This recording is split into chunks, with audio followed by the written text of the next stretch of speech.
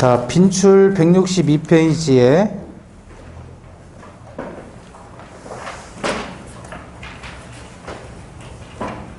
(162페이지)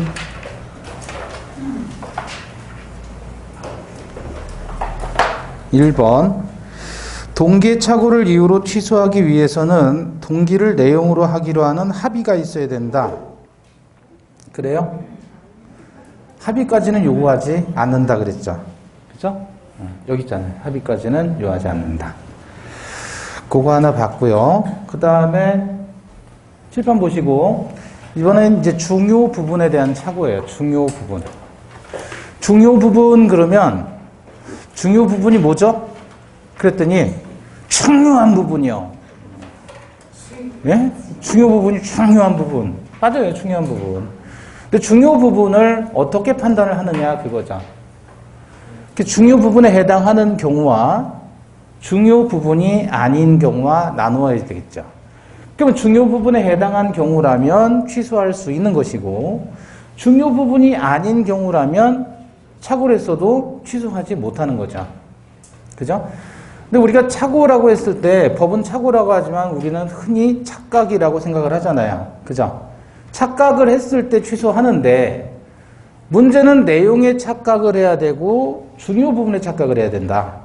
그럼 중요 부분이 아닌 경우라면 어떤 부분이에요? 사소한 부분이죠? 그죠? 그런 거는 착오해도 취소 못한다는 얘기예요. 자, 중요 부분을 판단함에 있어서 누구 기준이냐 그랬을 때 판례는 이중 기준서를 취합니다. 이중 기준. 표의자, 착오자 입장에서도 중요 부분이고 일반인 입장에서도 중요 부분이어야 돼요. 두 가지 기준. 이해되셔요? 그러니까 착각한 사람이 자기만 중요 부분이라고 생각해서는 안 되고 상대방, 다른 사람도 중요 부분일 것이다 라고 생각했을 때 중요 부분에 해당하는 겁니다. 예컨대 중요 부분에 해당하는 경우 토지의 현황, 경계에 관한 착오예요. 현황이 뭐죠? 현황? 현재 상황을 현황이라고 해요. 현재 상황. 그럼 토지 현황에 대한 착오다. 그럼 뭐 어떤 경우를 얘기하는 거냐면 농지를 매수를 했어요. 근데 측량해 보니까 절반의 면적이 하천이었어요. 농지를 샀는데 측량해 보니까 1300평을 샀는데 약 한 650평 정도가 하천으로 편입이 된 거예요. 이것은 중요 부분에 해당한다. 이게 바로 현황에 대한 착오 사례예요. 경계점이 A 지점이라고 생각하고 여기라고 생각해서 여기다 축조를 했어요. 담을 쌌는데 알고 보니까 B 지점이었다. 이런 경계점에 대한 착오도 일반적으로 중요 부분에 해당한다 이렇게 봐요. 아시겠죠?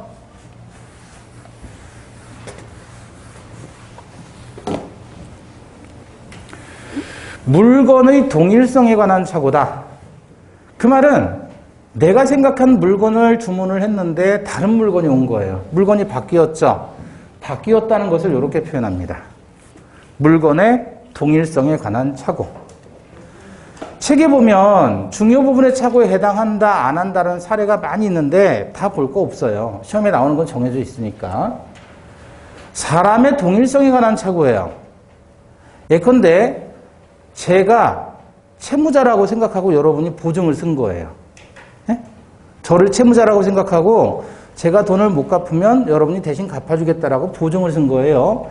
근데 알고 보니까 채무자가 제가 아니라 예를 들어 정백기 교수님입니다. 이게 벗겨졌잖아요. 네? 그럼 채무자가 바뀐 거죠? 그걸 뭐라고 표현해요?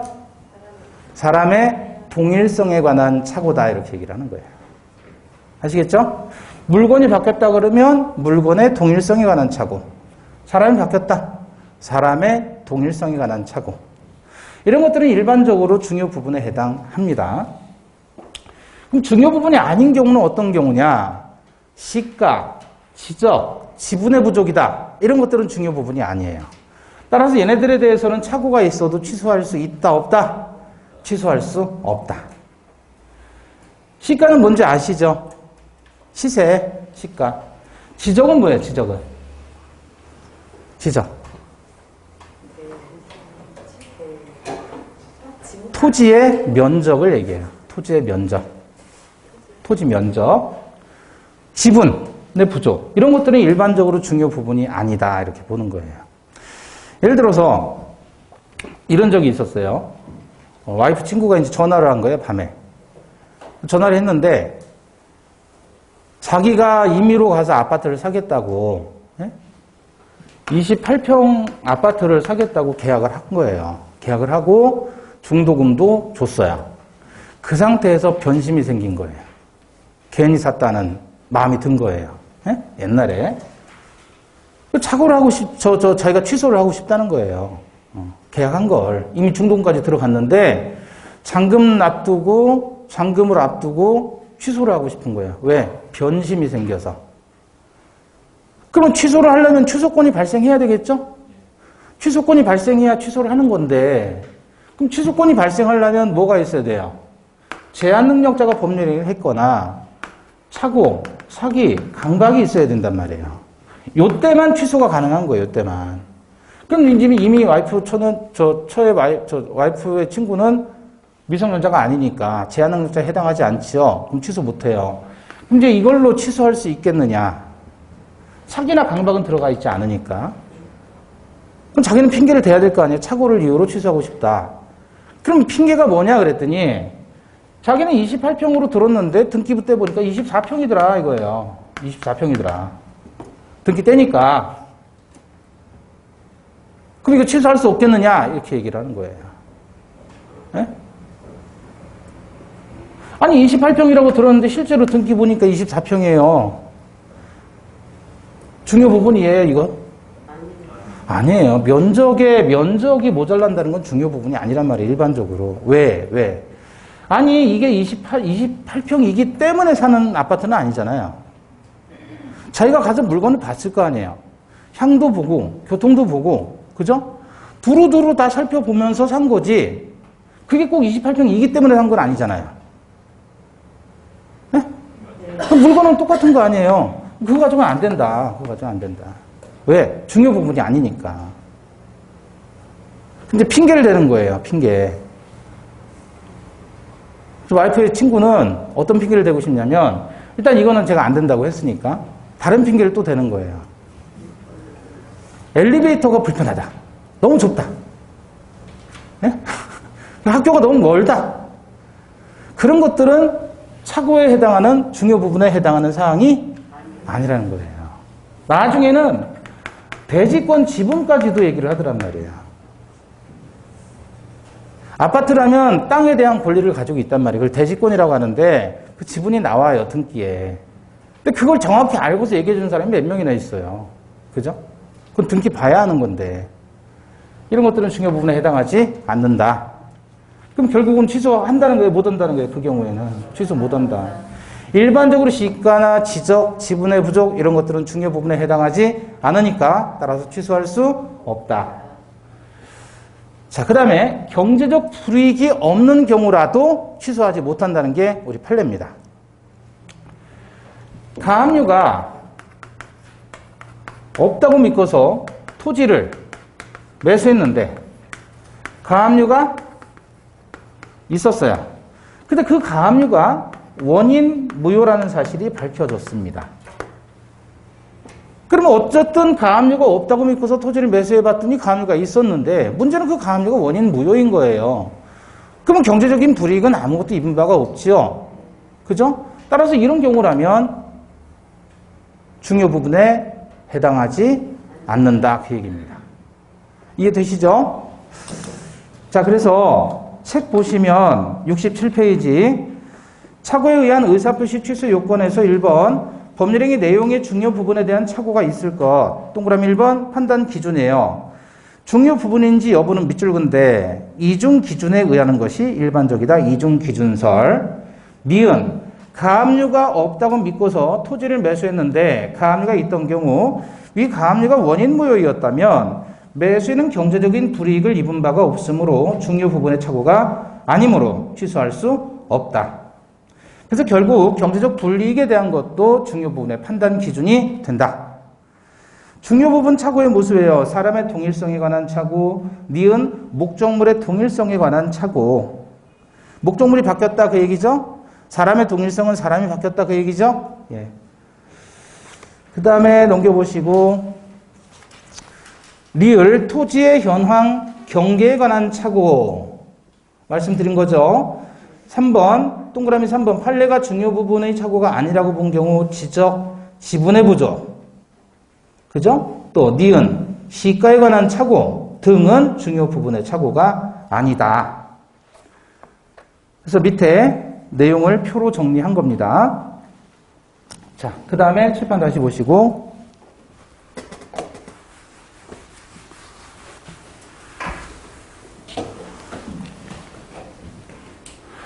착오자에게 중대한 과실이 없어야 됩니다. 그래서 69페이지에 보시면 표의자에게 중과실이 없을 것, 여기서 말하는 표의자는 착오에 의해서 의사표시를 한 사람을 얘기하죠.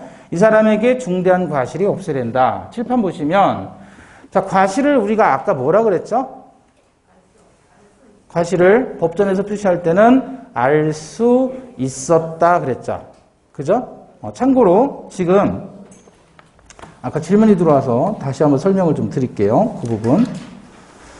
어디를 보시냐면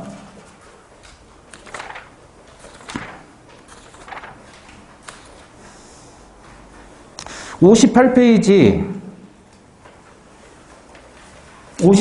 보시면 반가로 2번 예외적 무효에서 동그라미 1번 상대방에 대한 효과 있죠? 거기서 기억 보시면 밑에서 한 7, 8째 줄 보시면 기억 상대방이 표의자의 진이 아님을 알았거나 알 수 있었을 경우에 비진의 표시는 무효이죠. 그죠? 즉 상대방이 악이이거나 또는 선이라도 과실이 있다면 무효가 된다 그랬잖아요. 이 문장이에요. 자, 여기 봐봐요. 아까 거짓말을 했단 말이에요. 그러면 상대방은 첫 번째 거짓말임을 알았다. 그죠? 두 번째 몰랐다. 몰랐는데 과실, 무과실로 나눈다 그랬잖아요. 그죠? 이거는 알았다 그 얘기죠? 이거는 알 수 있었다.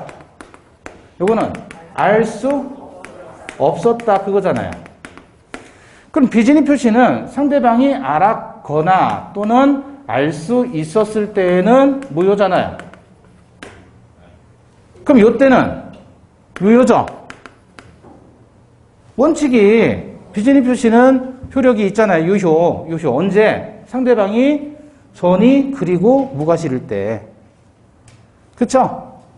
그럼 요때만 무효가 되는 거잖아요. 언제? 알았거나 또는 선이라도 과실이 있다면 무효잖아요.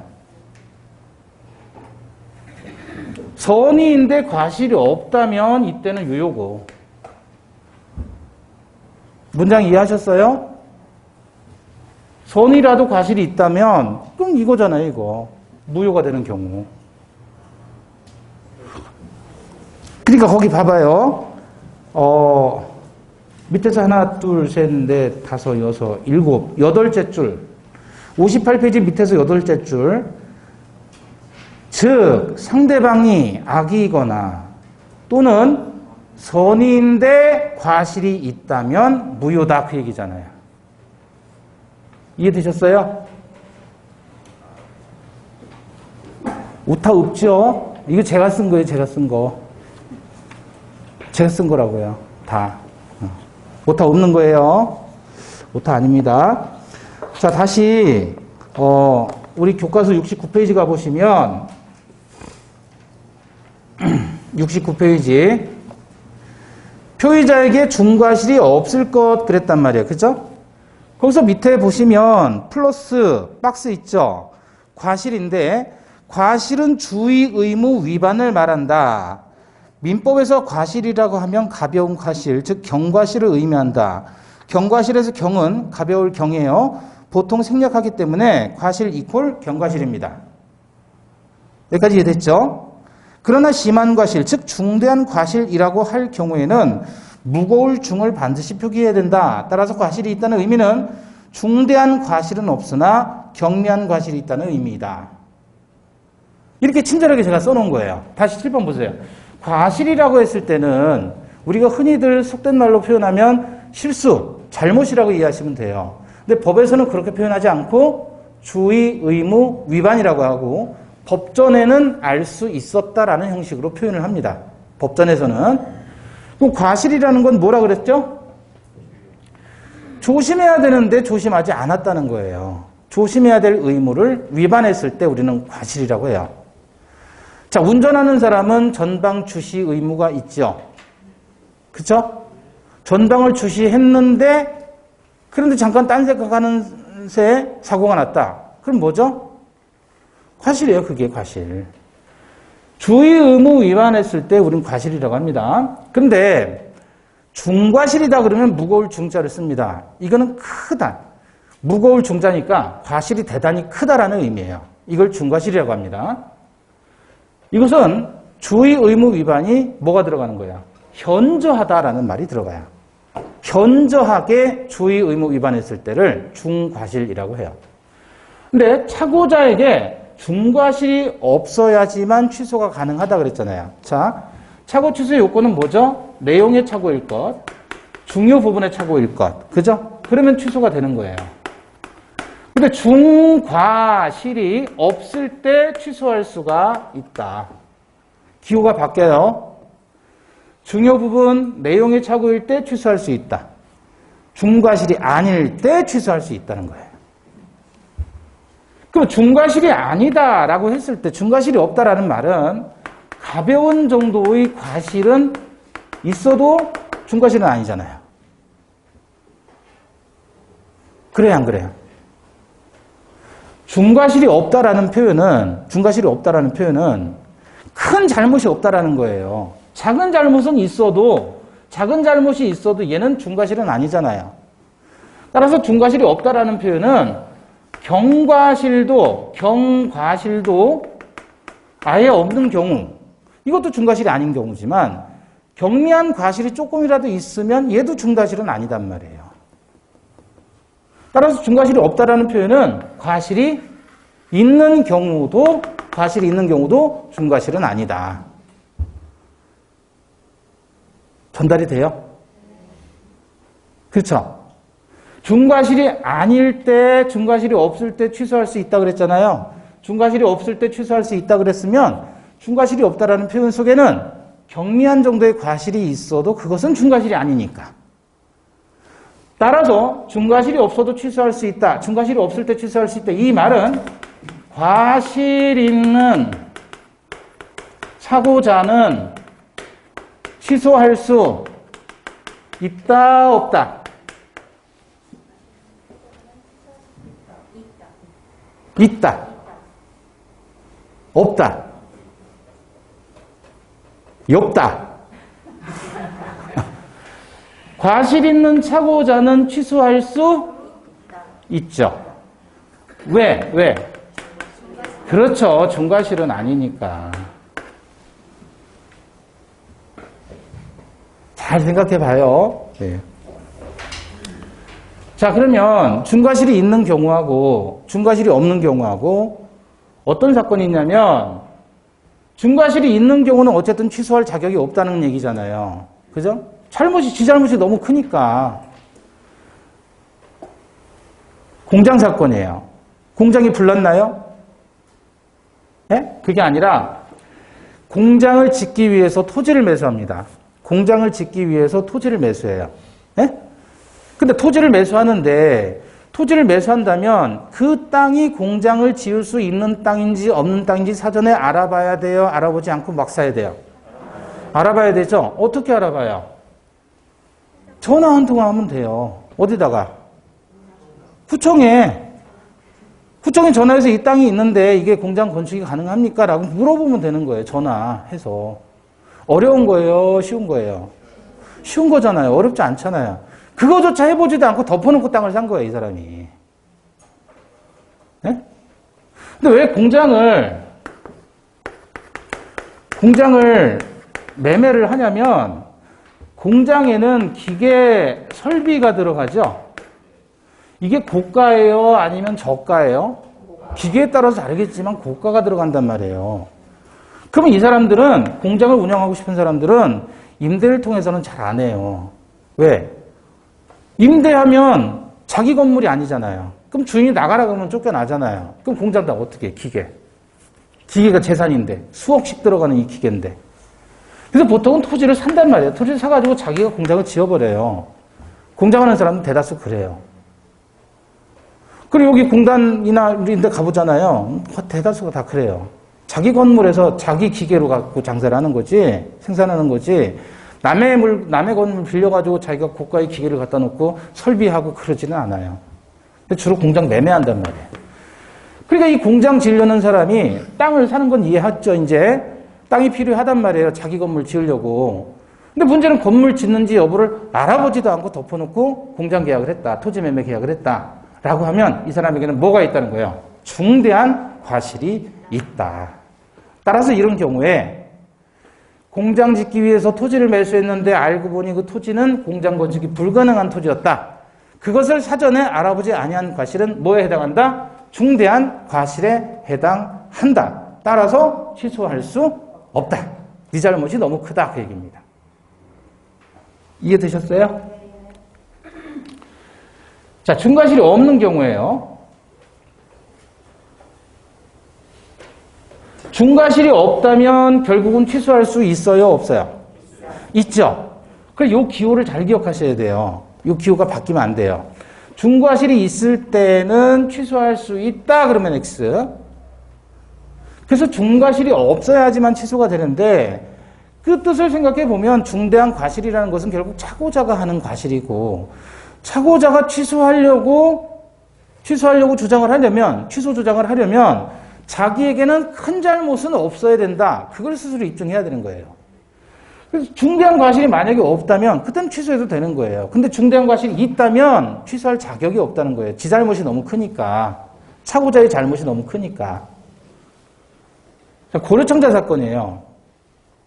고려청자 사건인데 이게 뭐냐면 고려청자를 샀어요. 그런데 고려청자를 판매하는 판매 상인의 말만 듣고 전문적인 감정인의 감정을 거치지 않고 산 거예요. 왜 감정인의 감정을 거치지 않았을까요?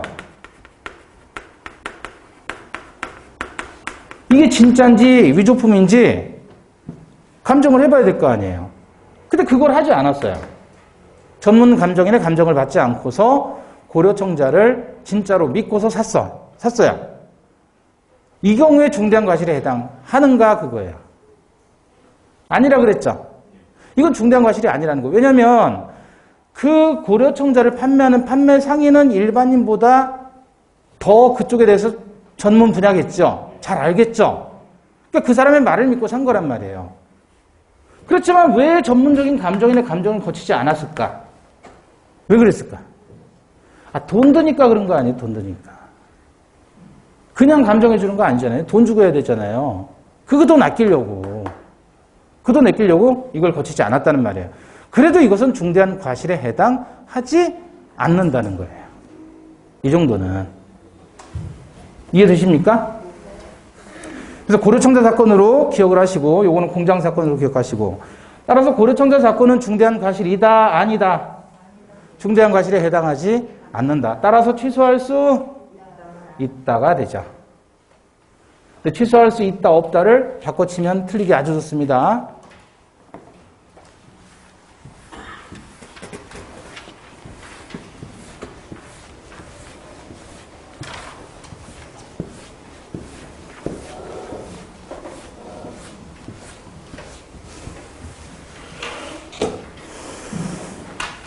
자, 책에 보시면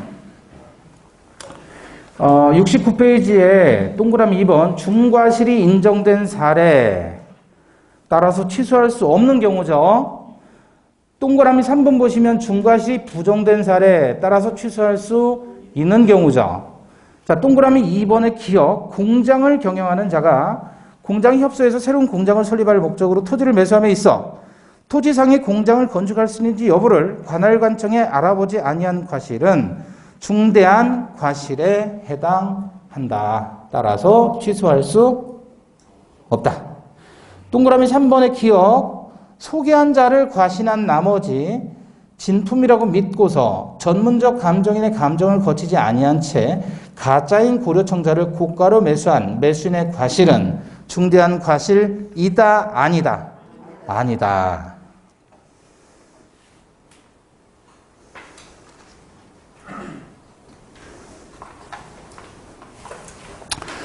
자, 한 장을 넘겨보시고요.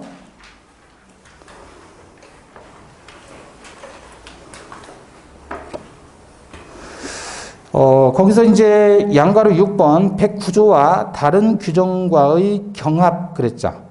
그거 보십니다. 109조와 다른 규정과의 경합이다.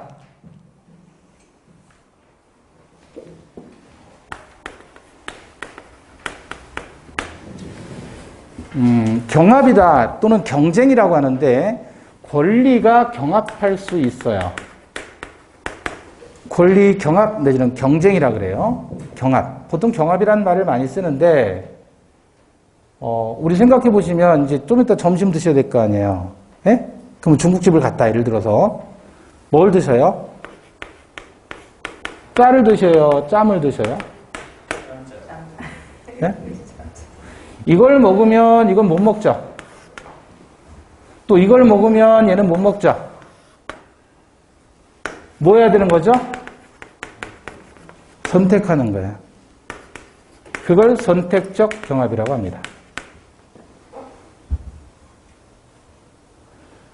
두 개의 권리가 있는데 둘 중에 하나를 주장하면 다른 권리는 주장할 필요가 없는 거예요. 그걸 선택하는 거예요. 반면에 이러한 고민을 해소시키기 위해서 뭐가 나왔죠? 짬짜면이 나왔잖아요. 이거는 중첩적인 경합이라고 하는 거예요. 권리 두 개를 다 행사할 수 있는 거예요. 어떤 경우에는 선택적으로만 가능하고 어떤 경우에는 두 개 다 중첩적으로 행사가 가능하다. 그 중에서 가장 많이 나오는 게 해제와 착오예요. 채무 불이행을 했어요. 채무를 이행하지 않게 되면 계약을 깰 수 있습니다. 그걸 해제한다 그래요. 근데 착오를 이유로 취소를 하게 되면 뒤에 가서 또 공부하겠지만 취소하게 되면 아까 우리 무효가 되면 어떻게 된다 그랬어요? 부당 이득의 반환이다 그랬죠? 공식이라 그랬죠? 취소하게 되면 이건 수급해서 뭐가 되죠? 무효가 돼요. 그럼 무효가 되니까 다시 뭐예요? 부당이득 반환이 됩니다. 취소를 하게 되면 돌려받는 걸 부당이득 반환이다 그래요. 제가 물건을 여러분들에게 팔았다가 취소를 했어요. 그럼 그 물건 돌려받는 거죠. 그걸 부당이득 반환이라고 하는 거예요. 이해되셔요? 그럼 취소하게 되면 부당이득 반환 되는데 자 문제는 이미 채무 불이행으로 계약이 해제됐어요. 끝났어요. 자 갑이 분양을 했고 을이 분양을 받았어요. 받을 숫자를 써서 수분양자 그래요. 매수인이에요, 매수인. 갑이 이제 아파트를 지어가지고 공급을 했고, 이 사람이 청약통장 넣어가지고 당첨돼서 아파트를 분양받은 거예요. 그럼 이 사람을 뭐라 그런다? 수분양자, 수분양자. 계약금하고 중도금을 지급을 하는데 못 준 거예요. 그러니까 중도금을 못 주니까 이쪽에서 계약을 뭐 했어요? 해제를 했어요. 해제를 하면 소급해서 실효가 됩니다. 계약은. 없어진 거예요. 그러면 이 계약금 준 거는 얘가 몰취를 합니다. 손해배상으로. 더 디테일하게 하면 예를 들어 4억에 분양을 했다. 계약금 4천 들어가고 중도금 4천 들어갔어요. 근데 2차 중도금을 못 낸 거예요. 그럼 어떻게 되죠? 이 4천은 얘들이 뛰는 거예요. 얘들이 손해배상으로 가져가는 거고 나머지 4천만 돌려받는 겁니다. 총 8천 넣어놓고. 여기까지 됐죠? 그런데 이 4천 떼이는 거 얘 입장에서는 싫죠? 따라서 얘가 착오를 주장해서 이미 해제됐는데 이 계약 자체를 취소할 수 있겠느냐? 할 수 있다는 거예요. 해제가 됐는데 중첩적으로 다시 취소를 할 수 있다는 겁니다. 다만 취소를 하게 되면 어떻게 되는 거예요? 소급해서 무효가 되니까 부당이득 반환받아야 되겠죠. 준 거, 요 4천만 원도 돌려받을 수 있다는 거예요. 취소가 되면. 얘 입장에서는. 채무 불이행했을 때 4천만 원을 떼야 돼요. 손해배상으로. 근데 그게 싫으면 착오를 주장해서 취소해버려라. 근데 착오를 주장해서 취소하려면 취소 요건 갖춰야 되죠? 뭐예요? 내용의 중의 요건을 갖추면 취소가 되는 거예요. 그러면 4천만 원도 돌려받을 수가 있다. 이미 해제가 됐는데, 채무 불이행으로 해제가 됐는데 다시 착오를 이뤄 취소도 중첩적으로 행사할 수 있다는 겁니다. 이해되셔요? 자, 어떤 걸 보시냐면 71페이지에 동그라미 3번 보세요. 해제와 취소. 매도인이 매수인이 중도금 지급 채무 불이행을 이유로 매매 계약을 적법하게 해제한 후라도 매수인으로서는 상대방이 한 계약 해제 효과로서 발생하는 손해배상 책임을 지거나 계약금을 몰취당하는 불이익을 면하기 위해 착오를 이유로 한 취소권 행사에서 매매계약 전부를 무효로 돌릴 수가 있다. 이해되셨습니까? 자, 그러면 빈출 163페이지에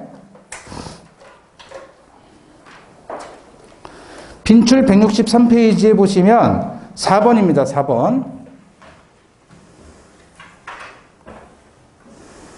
빈출 163페이지 4번. 매수인은 중도금 미지급을 이유로 매도인이 계약을 적법하게 해제한 후라면 매수인은 착오를 이유로 그 계약을 취소할 수 있다. 그죠? 이렇게 문제가 나온다.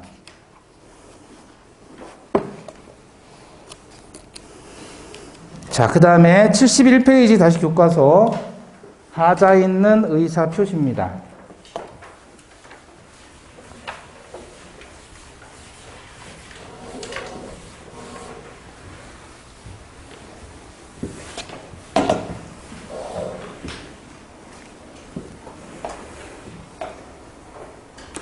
착오의 효과인데 착오의 효과는 아까도 얘기했듯이 취소할 수 있고 선의의 재산자에게 대항하지 못한다.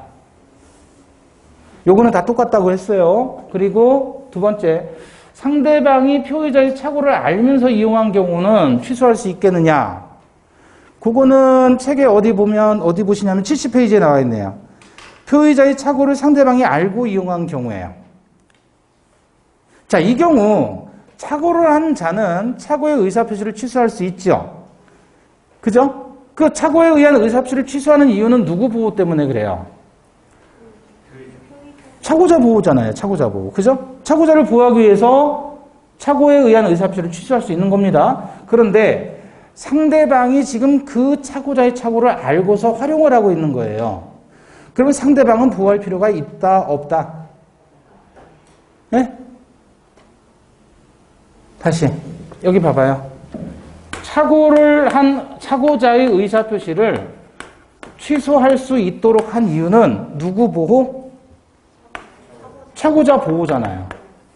그죠? 그러면 상대방이 그 착오자가 착오한 사실을 알고서 얘가 이용을 했어요. 이용한 놈은 나쁜 놈이죠. 그죠? 이용했잖아요. 얘가 나쁜 놈이죠. 얘 보호할 필요가 있다, 없다? 보호할 필요가 없잖아요. 이용한 사람을. 그럼 누구 보호해야 된다? 그렇죠. 착오자 보호해야 된다. 그러니까 취소할 수 있다는 얘기예요. 그래서 상대방보다 표의자를 보호하는 것이 타당하니까 표의자는 그에게 중대한 과실이 있어도 취소할 수가 있다라고 하는 거예요. 이용한 사람은 보호할 필요가 없잖아요. 이 경우 중과실이 있어도 취소할 수 있는 거고, 타 제도와의 관계에 그래서 착오하고 사기가 두 개가 겹치면 이때는 선택적입니다. 근데 착오와 담보 책임 얘도 선택적으로 경합하는데 착오 해제만 중첩적인 경합이다. 그래서 아까 채무 불이행을 이유로 해제가 됐다 그랬죠? 그런데 다시 착오를 이유로 취소할 필요가 있다. 손해배상 당하는 불이익을 면한다는 실익이 있기 때문에.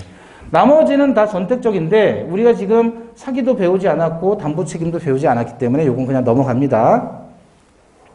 자, 이제 사기 강박. 사기 강박에 의한 의사표시를 71페이지에 뭐라고 표현했죠? 교과서에서는 하자 있는 의사표시 그랬죠. 근데 110조에 보면 그 꼭새하고 사기 강박의 의사표시 그리고 꼭새 닿죠. 요걸 뭐라고 하냐면 꼭새라고 하지 않고 표제어라 그래요. 표제어. 표제어. 제목이란 말이에요. 제목. 조문의 제목. 그걸 표제어라 그럽니다. 그 표제어는 사기 강박에 의한 의사표시 그랬잖아요. 그죠? 그래서 보니까 110조 1항과 2항, 3항이 있어요. 근데 1항 보시면 사기나 강박에 의한 의사표시는 취소할 수 있다 그랬죠. 2항 보시니까 상대방이 있는 의사표시 관해서 제3자가 사기나 강박을 행한 경우에 상대방이 그 사실을 알았거나 알 수 있었을 때 한해서 취소할 수 있다 그랬습니다. 그럼 1항과 2항의 차이점은 뭘까요? 일단은 1항은 짧고 2항은 길죠. 그죠?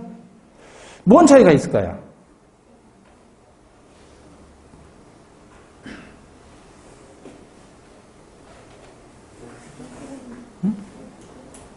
괜찮아요. 틀려도 돼요. 안 때려요. 네. 아직 모르니까 학원에 나오셔서 공부하시는 거잖아요. 근데 제가 질문을 드리는 이유는 생각을 해보시라는 거예요. 어? 뭐가 다르니까 지금 구별을 해놨을 거 아니에요? 근데 여기 다른 게 뭘까? 상대방이 있다 없다? 아니에요. 그건 아니에요. 한글은 다 읽으실 수 있잖아요.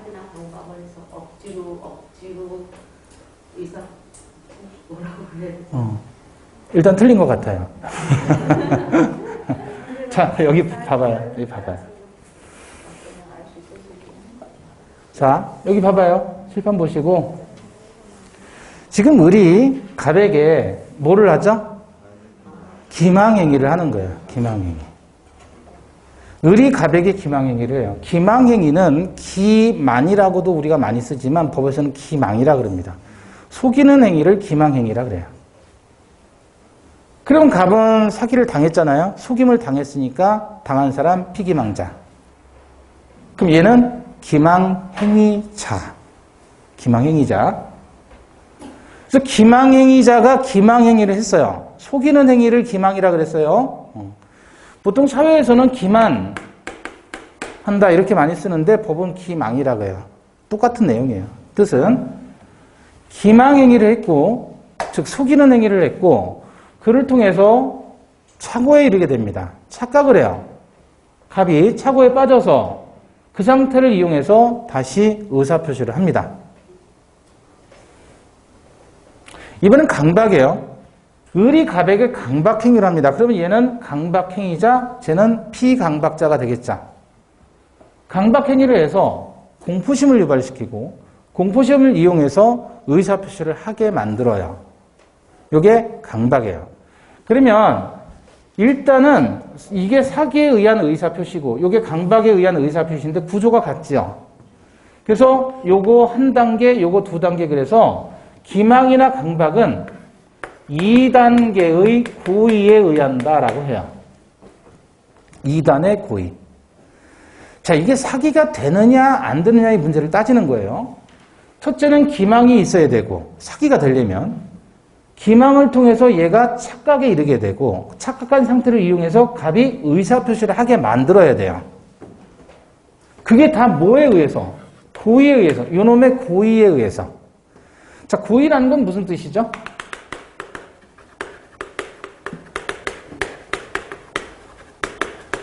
결과 발생을 예견한 행태가 고의입니다. 고의. 결과 발생을 예견하지 못했다면 그때는 과실이라고 표현해요. 고의라는 건 일부러 하는 거예요. 일부러. 저놈을 속이고 속인 상태에서 의사표시를 하게 만드는 거죠. 자, 네 땅에 매립지 들어온단다. 너 몇 번지 땅 네가 소유하고 있지? 그 바로 옆에 쓰레기 매립지 들어온대라고 사기를 칩니다. 기망행위 하는 거죠. 그래서 사기를 친 다음에 얘가 믿었어요. 매립지 들어오면 내 땅값 훅 떨어질 텐데 큰일 났네.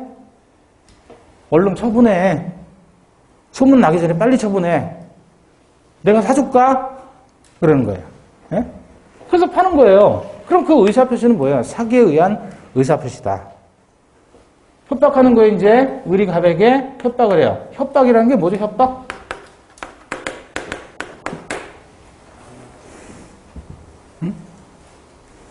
협박이 뭐예요? 협박.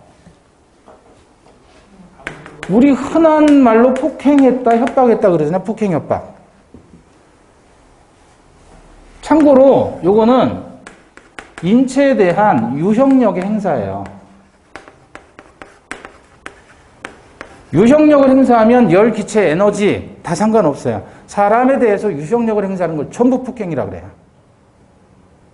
어떤 유형력이냐면 거울로 햇빛 비춰서 눈부시게 하는 거 있죠. 이것도 유형력이에요.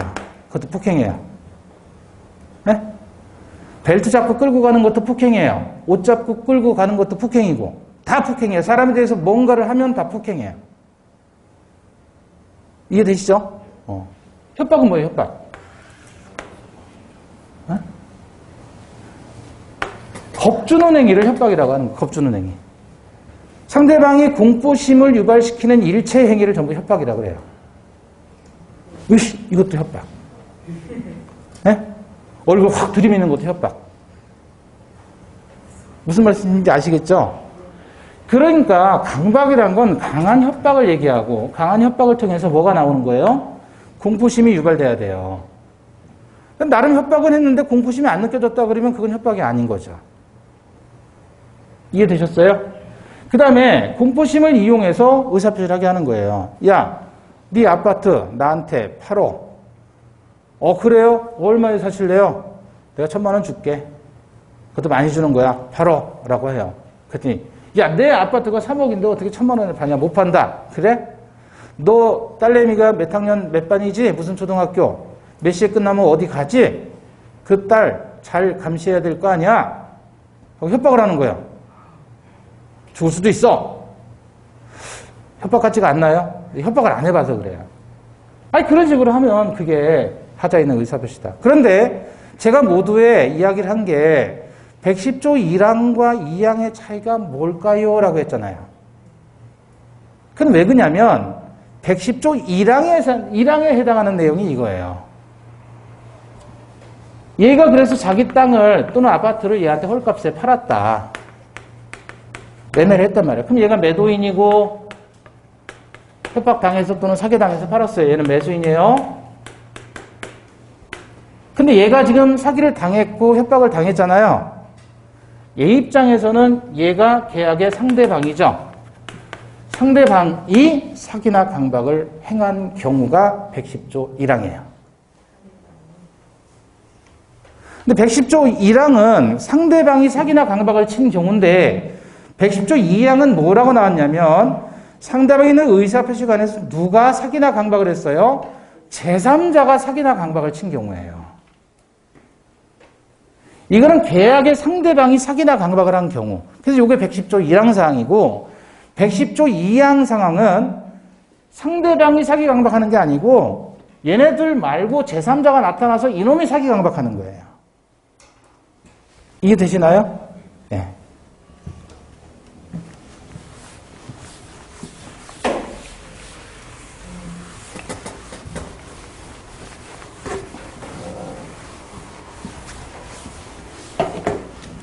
자, 다시 보시면 그래서 갑이 을에게 의사표시를 하게 됩니다. 그러면 결국 사기나 강박을 당한 사람이 갑이고, 그죠? 얘가 취소권을 갖게 되는 거예요. 사기나 강박을 당한 사람이 갑이고 이 사람이 취소권자로서 자신의 의사표시를 뭐 할 수 있다? 취소할 수 있다. 이름하여 110조 1항은 상대방에 의한 사기나 강박의 경우를 얘기합니다. 그것은 왜 그렇게 해석을 하냐면 2항에서 제3자가 사기나 강박을 행한 경우라고 했기 때문에 1항은 2항과 달라야 되잖아요. 그래서 1항은 상대방에 의한 사기나 강박의 경우로 이해를 하는 겁니다. 반대 해석상. 자, 그리고 이 하자에 있는 의사표시에서는 각각이 다 인과관계가 있어야 돼요. 이 화살표가 바로 인과관계를 얘기해요. 원인, 결과, 원인, 결과. 각각의 인과관계가 다 있어야 되고 그 다음에 이것이 위법해야 됩니다. 위법해야 돼요. 기망과 강박은요, 우리가 행위라고 하는데, 행위론이라고 하는데, 이 행위는요, 크게 두 가지가 있어요. 자기라는 게 있고, 부자기라는 게 있어요. 자기와 부자기. 이걸 합쳐서 우리는 행위라고 합니다. 사람이 하는 행위가 종류가 두 가지가 있단 말이에요. 자기라는 건 말 그대로 움직이는 거예요. 움직이는 거. 이렇게 하는 게 자기예요. 아무것도 안 하고 가만히 있으면. 네? 그럼 부자기라고 하는 거예요. 부자기. 안 움직이는 거예요. 근데 문제는 안 움직이는데 그걸 행위라고 할 수 있겠느냐 그거예요. 말이 안 되잖아요. 행위라는 건 인간이 하는 행동, 움직임을 얘기하는데 아무것도 안 하면 그건 움직이는 게 아니잖아요. 그럼 행위가 아니어야 되는데 이것도 행위로 보는 거예요. 법에서는. 현실적으로는 말이 안 되는 말이지만 법은 이게 가능해요. 왜 그러냐면 예를 들어 침묵을 했다. 아무것도 안 한 거잖아요. 그죠? 근데 법은 이것도 행위로 판단하는 경우가 있다. 왜? 사기를 치는데 기망행위는요. 자기나 부자기를 불문하고 기망행위가 인정이 돼요. 대표적인 사기가 거스름돈 사기. 저는 현장에서 직접 목격을 했어요. 시장을 갔는데 이제 명절 때 전을 사람들이 사잖아요. 전. 요즘 집에서 잘 안 붙이잖아요. 그 저도 전을 좀 사자. 와이프한테 얘기해가지고. 왜냐면 집에서 만들면 제가 또 해야 되잖아요. 그래서 와이프 걱정하는 척 하면서 같이 전을 사자 그랬어요. 그래서 사람들이 줄 서서 기다리는데 제 앞전에 있는 사람이 사장님이 있어요. 사장님이 있고 손님이 있는데 사장님한테 2만 원을 줬단 말이에요. 그럼 이 사장님이 바쁘니까 자기 직원한테 5천 원을 거슬러 줘라 이 얘기를 했어요. 근데 이 직원이 어리버리해가지고 바쁘니까 6천 원을 주는 거예요. 6천 원을 5천 원만 주면 되는데 6천 원을 거슬러 준 거예요. 그럼 이 사람은 1,000원 더 받았죠 지금. 그죠? 제가 그 현장으로 목격을 했어요. 그리고 여기도 와이프하고 남편이 왔는데 와이프가 탁 봤더니 막 가는 거예요. 그러니까 이 남편이 보고 더 받았잖아 이 얘기를 하려고 하는데 이 와이프가 막 끌고 가는 거예요. 그럼 저는 그 현장을 보면서 이거 어떻게 해야 되지? 신고를 해야 되나 말아야 되나? 그리고 제가 그랬었어요. 이게 뭐죠? 사기. 사기라고요. 사기. 거스름돈을 더 줬는데 더 줬다면 말을 해줘야 될 거 아니에요. 더 줬다고. 예? 말을 해야 되는데 말을 하지 않고 뭐 했죠? 침묵했죠? 부작위에 의한 기망행위라고 하는 거예요. 이걸. 따라서 이거 신고하면 사기죄도 됩니다. 현장에서 제가 직접 목격을 했어요. 너무 황당해가지고 그 눈으로 봤으니까 제가. 그 아줌마는 막 남편 끌고 막 가는 거야. 킥킥거리면서.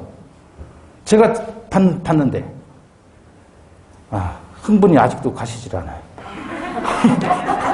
그 눈으로 보니까 직접 내 눈으로 봤잖아요. 그 현장을. 범죄 현장을. 그러면 돈이 없는데 음식집에 가가지고 식당 가가지고 주문을 했어요. 시컷 먹었어요. 예? 돈이 없는데 일단 먹었어요. 그 다음에 돈 없다는 거예요.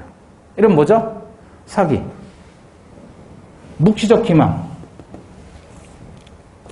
그러니까 명시적으로 어떠한 액션을 취해가지고 사기를 치는 경우도 있지만 침묵을 통해서도 사기가 되는 경우도 있다. 강박도 마찬가지죠. 강박. 협박이라는 게 자기에 의한 협박도 있지만 부작위 협박도 있어요. 아무것도 안 하는 게 협박이 되는 경우가 있죠. 지금이야 문신이 이렇게 흔해졌지만 한 10여 년 전까지만 해도요. 문신 온몸에다 하면 다 조폭이라 그랬다고요. 그때. 그래서 제가 목욕탕을 잘 안 가는데 예전에는 목욕탕 많이 다녔어요. 강의 끝나면 이제 목욕탕 갔다 오고 쉬고. 근데 한 번은 갔는데 평택인가 어디서 목욕탕을 갔는데 안경을 안 쓰고 들어가잖아요. 일단 탕에. 그 뒤지고 있는데 옆에 누가 딱 왔는데 보니까 다 문신인 거예요. 그래서 그냥 그 자리에서 자빠졌어요. 제가 놀래가지고. 그 당시만 해도 어떤 상황이었냐면 목욕탕이 예를 들어 잘 된다. 그러면 예를 들어 이런 말도 있었어요. 조폭들이 가가지고 며칠만 진치고 있으면 그 목욕탕 망한다. 그리고 조폭들이 인수한다. 그런 얘기도 있었어요. 그래서 그걸 제가 눈으로 본 거예요. 얼마나 놀래요. 괜히 옆에 있다가 물이라도 튀면 또 뭐 어떻게 할까봐. 그래서 나왔어요. 나와가지고 쓸어내린 가슴을, 놀란 가슴을 쓸어내리면서 이제 담배를 피러 갔는데, 그놈이 또 온 거예요, 그것까지. 저를 봐요. 그래서 어떻게 했어요, 제가? 드세요 하고 담배를 드렸죠. 드렸어요, 갑으로. 그러고 나왔어요. 뭐 한 거죠, 지금? 네? 뭘 찌질해. 목숨은 보호해야지. 지금 뭐 한 거예요? 협박. 저한테 아무 말도 안 했다니까요. 그냥 문신만 보여줬어요. 그래도 강박이 된다. 아시겠죠? 그래도 강박이다. 그래서 기망이나 강박은 일단 2단의 고의를 필요로 한다는 거 기억하시고, 또 하나는 묵시적으로도 가능하다. 네?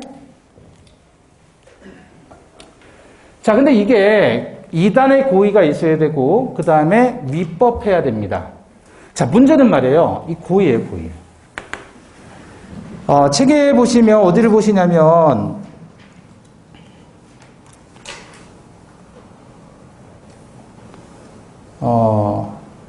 72페이지 보시면, 반가를 1번, 사기에 고의가 있을 것, 2단의 2개의 고의다 그랬죠?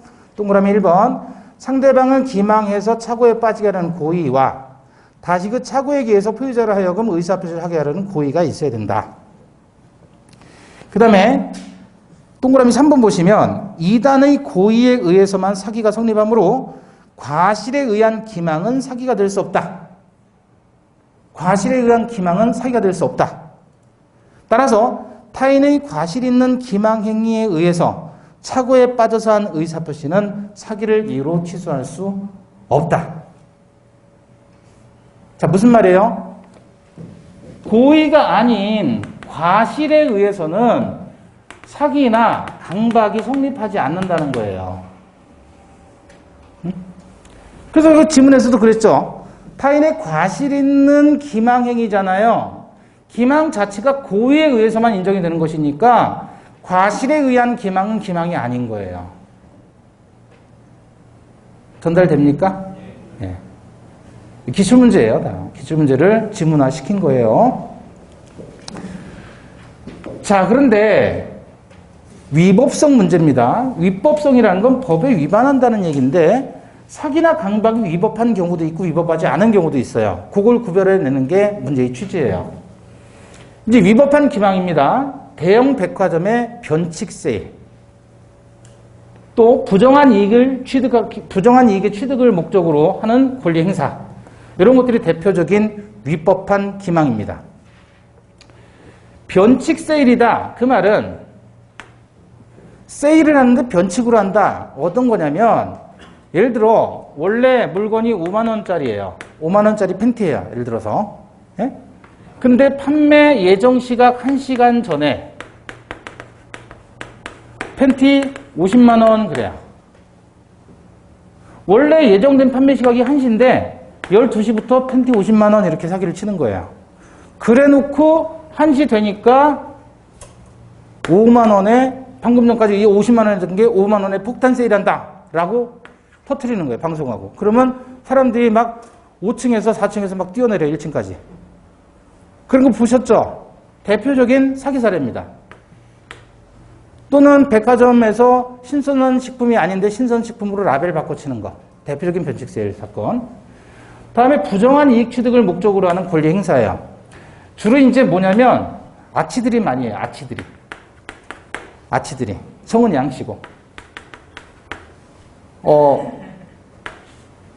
기자라고 해서 취재를 합니다. 취재를 해가지고 그 사업장에 투척하는 거예요. 가가지고 사장님 회사에서 불법 폐기물 매입하는 거를 우리가 확인을 했습니다.